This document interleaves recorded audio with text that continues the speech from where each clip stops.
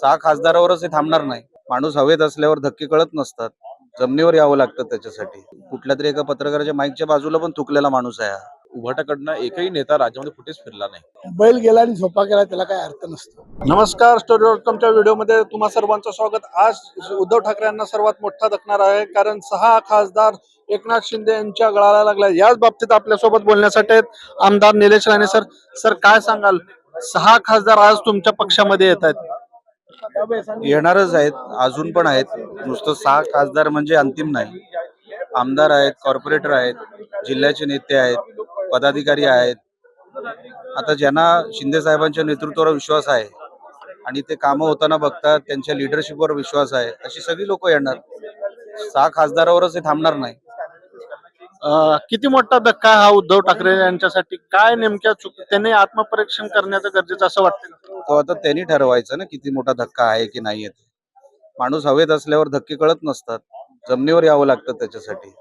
एकदा जमिनीवर आले की त्यांना धक्के कळतील. संजय राऊतांसारखा माणूस जोपर्यंत त्या पक्षात आहे तोपर्यंत कोणाचंच काय खरं नाही त्या पक्षामध्ये. ते वाटोळच करणार.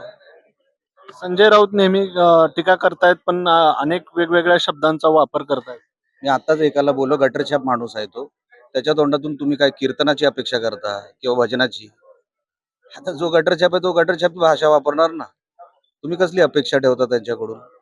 लक्षात आलं? आता बोलण्यासारखं काय आहे त्यांच्याकडे? भाषा आपण कुठली वापरतो, कोणासमोर वापरतो? कुठल्या तरी एका पत्रकाराच्या माईकच्या बाजूला पण थुकलेला माणूस आहे हा. कुठे एवढी दखल देतात त्या माणसाची? आता आत्मपरीक्षण करायची वेळ आता उद्धव साहेबांची. अशा माणसाला पक्षात ठेवायचं का नाही? हा गेला तरच कीड जी लागली आहे ती संपेल किंवा निघून जाईल. हे आता ठरवायचं सन्मान्य उद्धव साहेबांनी. आपल्यासोबत मंत्री योगेश कदम सर आहेत. सर, काय सांगाल? खासदार फुटले मात्र आमदार फुटतील या भीतीनं आता उद्धव ठाकरे आमदारांची बैठक घेत. या बैठका घेऊन काही होणार नाही. शेवटी फक्त विकास कामांचा निधी मिळावा ही अपेक्षा नाही, तर आपल्या लीडरने आपल्या पाठीशी उभं राहायला पाहिजे ही अपेक्षा असते. आणि विशेषतः अडचणीच्या काळामध्ये आपल्या पाठीशी उभं राहायला पाहिजे ही अपेक्षा असते. आताच ज्या जिल्हा परिषद पंचायत समितीच्या निवडणुका झाल्या, त्या निवडणुकामध्ये उभाटाकडनं एकही नेता राज्यामध्ये कुठेच फिरला नाही. मग कार्यकर्त्यांच्या निवडणुकामध्ये जर का कार्यकर्त्यांना वाऱ्यावर सोडलं जात असेल तर मग लिडरशिप कशासाठी हवी? मला वाटतं अशी अनेक कारणं आहेत की ज्याच्यामुळे त्यांनी हा निर्णय घेतला. मला वाटतं खासदारांपासूनची सुरुवात आहे. आमदारांमध्ये देखील अनरेस्ट आहे. जे नगरसेवक आहेत फक्त मुंबईतले नाही, जे निवडून आलेले आहेत त्यांचे जे महाराष्ट्रामध्ये, त्यांच्यावर सगळ्यामध्ये अनरेस्ट आहेच ना. आमदार काही संपर्कात आहेत तुमच्या? आणि मला वाटतं आम्हाला त्यांच्याशी संपर्क करण्याची आवश्यकताच पडत नाही, तेच आम्हाला संपर्क करतायत. धन्यवाद. ठीक आहे, होते. आमदार प्रकाश सुर्वे हे पण आहेत आपल्या. सर, सर काय सांगाल? खासदार फुटतायत, आता आमदारांसाठीची आमदारांची पण बैठक घेतली आहे. उद्धव ठाकरे यांनी महाराष्ट्राचा दौरा काढलाय. बैल गेला आणि झोपा गेला त्याला काय अर्थ नसतो.